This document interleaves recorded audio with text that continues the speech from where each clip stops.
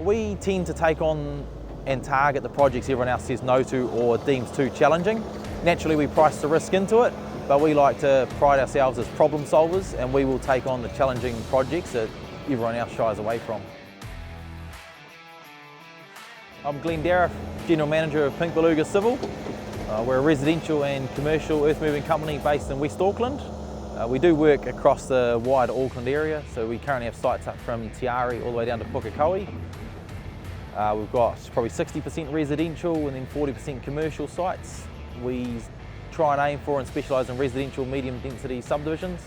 So we offer the full civil package on that, being bulk earthworks, retaining, drainage services, pavement, and then hand over to the developer basically ready to apply for titles. But I grew up on a dairy farm on the east coast of the Coromandel Peninsula. I went to school over there, so I grew up around trucks, diggers, tractors, but everything really, grew up with diesel in the blood. So from there I ended up being a truck dispatcher for a few years, and then moved up to operations manager of an earthmoving company with 25 guys, and then I had an opportunity to start Pink Beluga Civil in 2020 with a couple of business partners, and then that was 4.5 years ago, and we've grown to 20 staff now across a dozen sites in the greater Auckland area. Right now we're here on 18 West Point Drive. This is a large commercial subdivision in Hobsonville, West Auckland.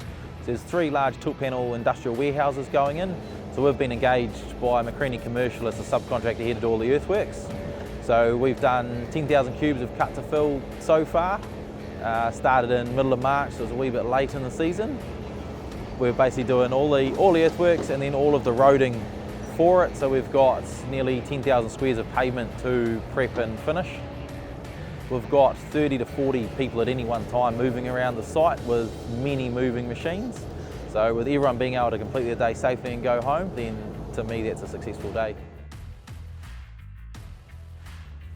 So we run excavators from 1.7 tonne up to 23s, and we've got attached to heli tilts and attachments on probably about 90% of the fleet. But moving forward, everything we do buy will have a heli tilt, and we are sold on the attached to brand. Pink Beluga Civil is a pretty unique name. We're trying to make a name for ourselves here in Auckland, and I think we're starting to reach that point. People are starting to recognise us. My business partners have a couple of nicknames, being Pinky and Beluga, and so we settled on our point of difference was going to be our name. So we don't run Pink PPE and we don't run Pink machines, but we do have Pink business cards. Pink Beluga's first project we did was in Parnell. It was Addition Apartments. So we did 9,000 cubes of excavation down to 13 metres below street level. The last 2,200 cubes was all done via skip bins and tower cranes, and it was all rock. So we had Smith cranes, upgraded their crane to a 16-tonne capable crane.